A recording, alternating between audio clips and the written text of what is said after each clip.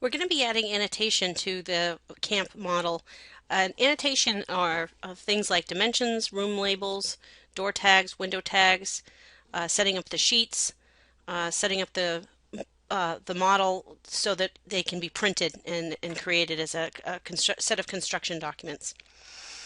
Before I do that, though, I want to kind of clean up what we have over here. And I recorded this video a little ways after I recorded the other first series. So that's the other reason why I just wanted to go over this and make sure we're on the same page with what we're seeing for views over here. First thing that I'm going to do is go to the elevations. So let's pick the south elevation. And I'm seeing I don't really need some of the levels that we have here. So I'm going to erase those levels by selecting them and then just hitting the delete button. And what that will do is it will also erase the view at the same time. Next, this second floor level that we have here, I'm going to rename as loft, and I'm going to use caps lock. We'll go ahead and keep this roof level here because that's where the roof is being attached, but I'm going to rename it with all caps. And we'll rename first floor with all caps.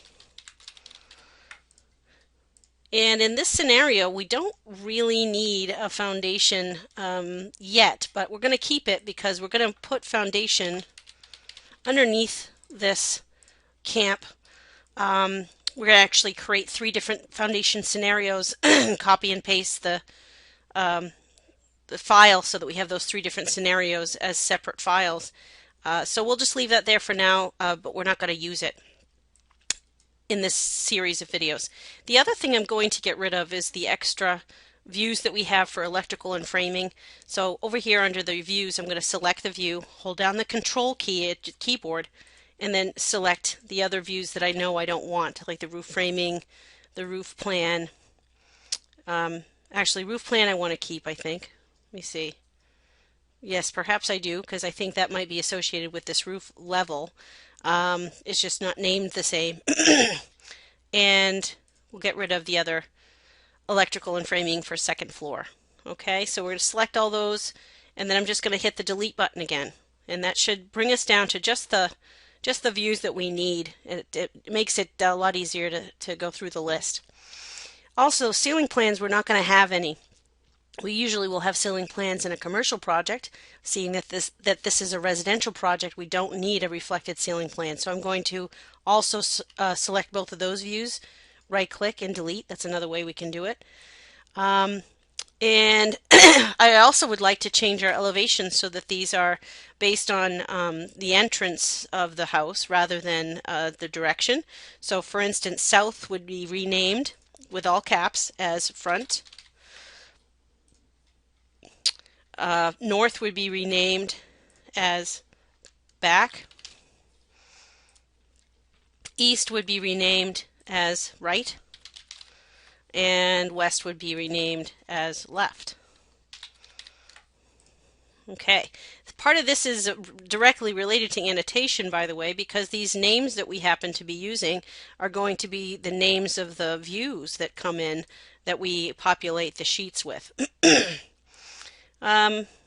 Next, we're going to get rid of the sheets that are here, and we're going to build our sheets ourselves. So you can go ahead and get rid of all the sheets by highlighting the first sheet, scrolling all the way down till you see that families. Hold down the shift key this time, and that will highlight all of the sheets, and we're going to right click and delete them all at once. Now we are going to add sheets back in, but we're going to add sheets back in with our title blocks that we want to use rather than the ones that have been offered by Revit. Okay, so let's begin with sheets. So the first thing that I want to do is highlight the sheets, right click and choose new sheet.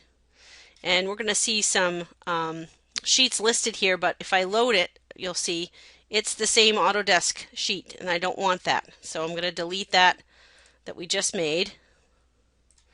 And we're going to right click, hit new sheets, and I want to load a sheet or a title block from the Cons 130 folder that you have online. So if we go into Cons 130 and you go into Revit Families, you're going to see a title blocks, and you want the one that says B size, B 11 by 17 horizontal minimal, meaning there's very minimal writing on that title block, just enough for us to show title, date, scale, and sheet number. So there it is. It shows up inside our list now, so you don't have to reload it ever again. And that's what the title block looks like. Now the sheet will read exactly what it says over here. So we just need to simply rename this sheet. And I'm going to create with sheet 00 is going to be a cover sheet. And as soon as I do that, you'll see that it says 00 here and a cover sheet here. A good thing to put on the cover sheet might be the 3D view. So I'm going to select the 3D view here. And this is how you bring views onto sheets. You just simply click on it, hold down your mouse, and drag and drop it onto the sheet. Because this is an isometric view, we're able to set the scale, and we can actually change the direction we're viewing the view in. So I'm going to double click inside the viewport, which activates it. I'm going to use the shift and middle mouse button just to kind of turn it in a direction I like. And then I'm going to increase the scale to 1/4 so it fills the sheet a little bit better. And then once I'm done with that, you can double click outside the view, and then we can pick up the view and center it on the sheet.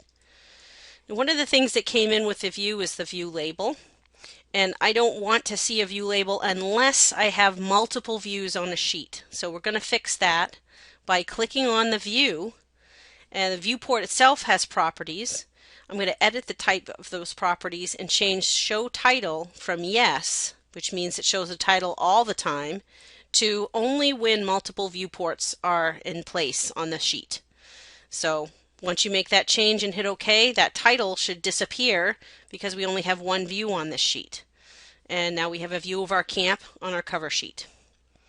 So let's go back to our sheets, right click, choose new sheet again, and this time I'm going to pick the same sheet that we imported. This time I'm going to rename this 01, and we'll call this first floor plan.